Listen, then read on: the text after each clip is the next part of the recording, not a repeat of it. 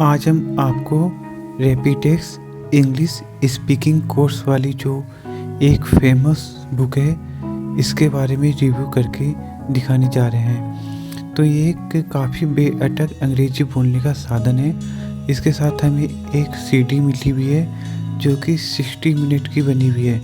इसमें काफ़ी महत्वपूर्ण सेंटेंस दिए गए हैं और साथ ही प्रोनाउंसिएशन।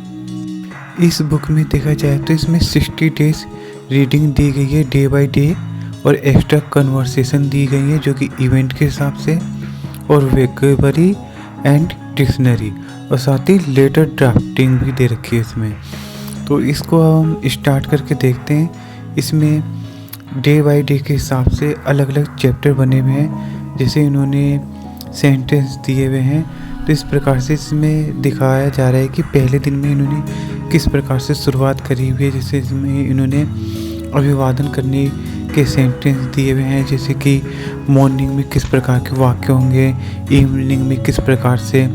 साथ ही इन्होंने दूसरे दिन में इन्होंने कुछ महत्वपूर्ण जैसे जो वर्ड यूज करे हुए जाते हैं उनको बताया हुआ है इन्होंने।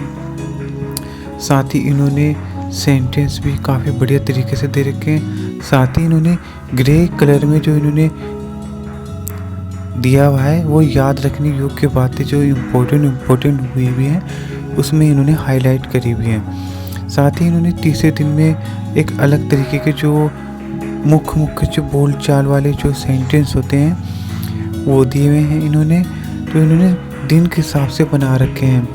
तो ये काफ़ी फेमस वर्ड हैं जो इंग्लिश में बोल चाल में और दैनिक दिनचर्या में काफ़ी यूज होते हैं।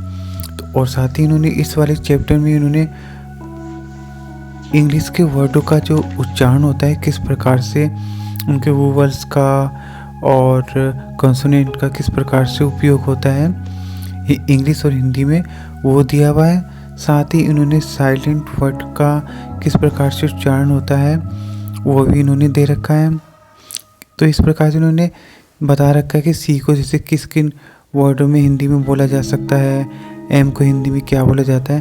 तो जैसे इंग्लिश जिसको नहीं पढ़ने आती है तो उसके लिए भी एक तरीके से अच्छी बुक हो सकती है, क्योंकि उन्होंने हिंदी इंग्लिश में वर्ड को बनाने की एक विधि दे रखी है। साथ ही इन्होंने प्रीपोजिशन दे रखी है। प्रीपोजिशन का उपयोग करके इन्होंने एग्जाम्पल्स भी दिए हुए हैं। साथ ही उन्होंने फ्रेज प्रीपोजिशन भी दी हुई है, जिसमें एक प्रीपोजिशन के साथ एक अगली प्रीपोजिशन और वर्ड भी जुड़ जाता है। तो इन्होंने एक्टिव पैसिव भी दिया हुआ है इन्होंने 25वें चैप्टर में। तो इस प्रकार से ये काफ़ी बढ़िया है बुक जो कि प्रैक्टिस करने के लिए। साथ ही इन्होंने बुक के अंत में इन्होंने जगह जगह जैसे कि प्रैक्टिस करने के लिए कुछ सेंटेंस दिए हुए हैं, फिर उन सेंटेंस के इन्होंने आंसर भी दे रखे हैं। तो ये प्रैक्टिस करने के लिए भी इन्होंने काफ़ी बढ़िया दे दिया है ताकि अच्छी सी प्रैक्टिस हो जाए, क्योंकि इंग्लिश सीखने के लिए प्रैक्टिस बहुत ही मायने रखती है। अब इन्होंने 31वें दिनों में इन्होंने जैसे निमंत्रण से बने हुए जो सेंटेंस हैं उनके कुछ एग्जाम्पल्स दिए हुए हैं। साथ ही भेंट और विदा करने में किस प्रकार के सेंटेंस का उपयोग होता है तो वो भी इन्होंने दिए हुए हैं।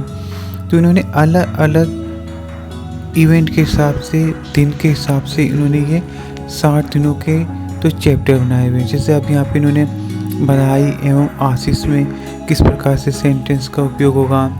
साथ ही हर चैप्टर के एंड में इन्होंने हाईलाइट वाली इम्पोर्टेंट जो चीज़ें होती हैं वो भी बता रखी है। तो इस प्रकार से इन्होंने काफ़ी बढ़िया सी बुक बना रखी है, जिसमें हर तरीके के उपयोग करने वाले सेंटेंस मिल जाएंगे। जैसे कि हम आहार यानी कि खाना खाते वक्त या खाने से रिलेटेड जो भी सेंटेंस हैं वो बोले जाते हैं तो उनके भी उन्होंने एग्जाम्पल्स दे रखे हैं। तो ये एक बढ़िया है ताकि उन्होंने डे बाय डे के हिसाब से बढ़िया तरीके से दे रखी है। तो अब हम देखते हैं 44वें जो दिन है उसमें इन्होंने ख़रीदारी से बने हुए सेंटेंस दे रखे हैं। जैसे हम किसी शॉपिंग पे जाते हैं, कुछ ख़रीदना हो तो उसमें क्या क्या सेंटेंस बोले जाते हैं, तो उनके कुछ एग्जाम्पल्स इन्होंने दे रखे हैं। तो ये बढ़िया है कि इन्होंने कुछ रेडीमेड सेंटेंस बना रखे हैं जो कि बखूबी इस्तेमाल किया जाता है जिनका दैनिक दिनचर्या में। तो इन्होंने अब 59वें डेज में इन्होंने मुहावरे दे रखे हैं जो कि फेमस है, जिनका कि पूरे वर्ल्ड में ही शायद उपयोग होता है, वो भी इन्होंने दिए हुए हैं। तो इन्होंने लोकोक्तियाँ भी दे रखी हैं इसमें मुहावरों के साथ, जिनका काफ़ी उपयोग होता है इंग्लिश की कन्वर्सेशन में। तो इन्होंने 60 दिन के हिसाब से, तो इन्होंने अलग अलग दिन के हिसाब से अलग अलग सेंटेंस बना रखे हैं। तो अब हम इसी के बाद आगे हम देखेंगे तो इन्होंने कुछ इवेंट के हिसाब से भी कन्वर्सेशन बना रखी है जो कि इवेंट के हिसाब से बोले जाएंगे। तो अभी हम आपको दिखाते हैं, लेकिन उन्होंने 60वां दिन ख़त्म होती है, उन्होंने प्रैक्टिस के लिए फिर से कुछ सेंटेंस भी बनाए हुए हैं जिससे अच्छे से प्रैक्टिस हो जाए। तो अब हम देखते हैं कि 60वें दिन के बाद इन्होंने जैसे कि इवेंट के हिसाब से बना रखा है, जैसे कि एक दूसरे से यदि परिचय करना हो तो उसमें किस प्रकार से कन्वर्सेशन होगी। तो इसमें 2 जनों की बातचीत हो रही है तो क्वेश्चन आंसर के हिसाब से ही कन्वर्सेशन होती है। तो इसमें क्या होता है कि एक जो पर्सन होता है वो क्वेश्चन करता है तो दूसरा उसका आंसर देता है, वो भी एक इवेंट के हिसाब से। जैसे कि इसमें विद्यार्थी से पूछताछ हो रही है तो इस प्रकार से किस प्रकार से एक बातचीत होएगी 2 जनों के बीच में, तो वो दे रखी है। फिर हमें कहीं जाने की तैयारी करनी है तो उसमें किस किस प्रकार के सेंटेंस पूछे जाते हैं तो उनका किस प्रकार से आंसर दिया जाता है, तो वो भी इसमें बता रखा है। तो इसमें काफ़ी बढ़िया है। जैसे कि हम बस स्टैंड पे हैं तो हमें किसी से बस पूछनी हो तो उसमें किस प्रकार के सेंटेंस उपयोग होंगे वो दे रखा है। जैसे हमें कहीं जाना है तो हमें किस प्रकार के सेंटेंस का उपयोग होगा वो भी दे रखा है। तो हम जैसे किसी पार्टी में पहुंच जाते हैं तो कोई पर्सन मिलता है जिससे अपने रिलेटिव मिल जाते हैं, जैसे फ्रेंड्स, तो उनसे किस प्रकार से बातचीत होगी तो उसको भी इन्होंने दे रखा है। तो किस प्रकार से इंटरव्यू में बातचीत होती है तो वो भी इसमें कवर कर रखा है। तो ये बिल्कुल इवेंट के हिसाब से इन्होंने डे बाय डे के वो चैप्टर बाय चैप्टर दिए हुए हैं।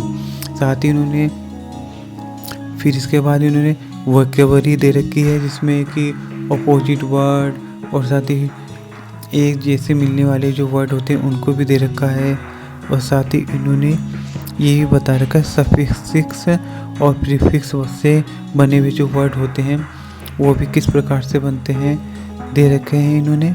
जैसे कि इनका उपयोग, जैसे कि इसमें दे रखा है इन्होंने कि इनका उपयोग लगा के किस प्रकार से सेंटेंस बदल जाते हैं, जैसे आई एम लगा के किस प्रकार से सेंटेंस बदल जाते हैं। तो इस प्रकार से इन्होंने वोकैबुलरी दे रखी है, काफ़ी बढ़िया दे रखी है इन्होंने। अब इसमें पंक्चुएशन दे रखी है, साथ ही फेमस जो होती है फुल फॉर्म दे रखी है इन्होंने। अब जैसे कि इसमें हमें दिखाई देगी जैसे एमबी की फुल फॉर्म क्या हो गई, एमएलसी की फुल फॉर्म क्या हो गई और जीपीओ की फुल फॉर्म क्या हो गई, एमएस की क्या हो गई। और साथ ही फिर उन्होंने एक तो बेहतरीन बात ये है कि इसमें काउंटिंग दे रखी है इंग्लिश, हिंदी और रोमन में। फिर इसके बाद इसमें यही बता रखा है कि कैसे बिलियन को किस प्रकार से लिखना है, जैसे मिलियन को किस प्रकार से लिखना है। तो मिलियन और बिलियन को भी इन्होंने हिंदी में किस प्रकार से उपयोग होता है, इंग्लिश में किस प्रकार से उपयोग होता है वो भी दे रखा है। जैसे सिंगल को हम सिंगल बोलेंगे और आधे को 1/3 ऐसी कुछ, जैसे 1/3 को बोलेंगे और छठे भाग को 1/6 बोलेंगे। तो इस प्रकार से इन्होंने कई सारे सेंटेंस बना रखे हैं। फिर उन्होंने वर्ब भी दी है और इन्होंने कुछ सेंटेंस दिए हुए हैं, जैसे कि एक होता है ना 1 वर्ड सब्स्टिट्यूशन, तो एक बड़े वाक्य को एक छोटे से वाक्य में बोला जाए तो वो भी इन्होंने दे रखा है। तो वोकैबुलरी इन्होंने काफ़ी बढ़िया तरीके से बना रखी है। इसकी यदि अच्छे से प्रैक्टिस हो जाए ना तो काफ़ी अच्छी तरीके से इंग्लिश आ जाएगी। फिर इसमें इन्होंने जंतुओं के नाम दे रखे हैं इन्होंने, और साथ ही इन्होंने फिर टूल्स के भी जो नाम होते हैं, फ्रूट्स, वेजिटेबल, स्पाइसेस और भी बहुत सारी जो वेकेबरी हैं तो सारी इन्होंने कवर कर रखी है। तो इन्होंने अब इसमें इन्होंने दे रखा है कुछ इम्पोर्टेंट जो वाक्य होते हैं उनके वर्ड भी इन्होंने दे रखे हैं। तो सम इम्पोर्टेंट फ्रेजेस हैं, तो काफ़ी बढ़िया दे रखी है इन्होंने।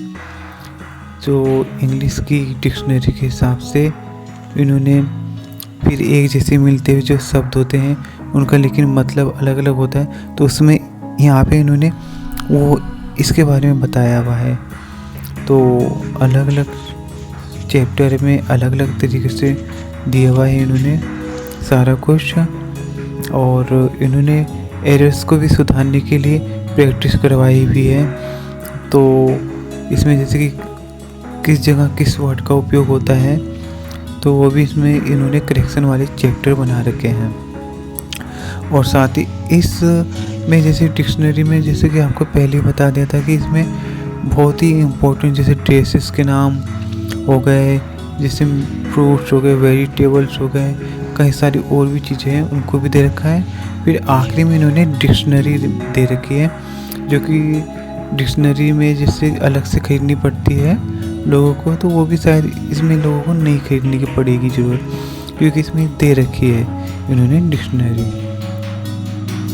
इसमें इन्होंने जैसे कुछ कठिन शब्द होते हैं जैसे जिनको लिखने में ज़्यादातर स्पेलिंग की गलती हो जाती है, तो इन्होंने उसके बारे में भी यहाँ पे एक्सप्लेन किया हुआ है। तो कुछ ऐसे वर्ड होते हैं जिनकी स्पेलिंग में गलती हो जाती है, जैसे कैलेंडर है तो उसको लिखने में जैसे कैलेंडर लिख दिया जाता है, तो उसको एक तरीके से शुद्ध तरीके से बताया गया है। जैसे यहाँ पर कुछ वर्ड दे रखे हैं, जैसे कि इन्होंने दे रखा है कि इन्होंने स्मोकी बोल रखा है, तो स्मोकी को लिखने में किस प्रकार की गलती आ जाती है। जैसे फिर इन्होंने कई सारे वर्ड ऐसे दिखा रखे हैं जिनको लिखने में गलतियाँ हो जाती हैं, तो उनको अच्छी तरीके से यहाँ पे एक्सप्लेन किया हुआ है।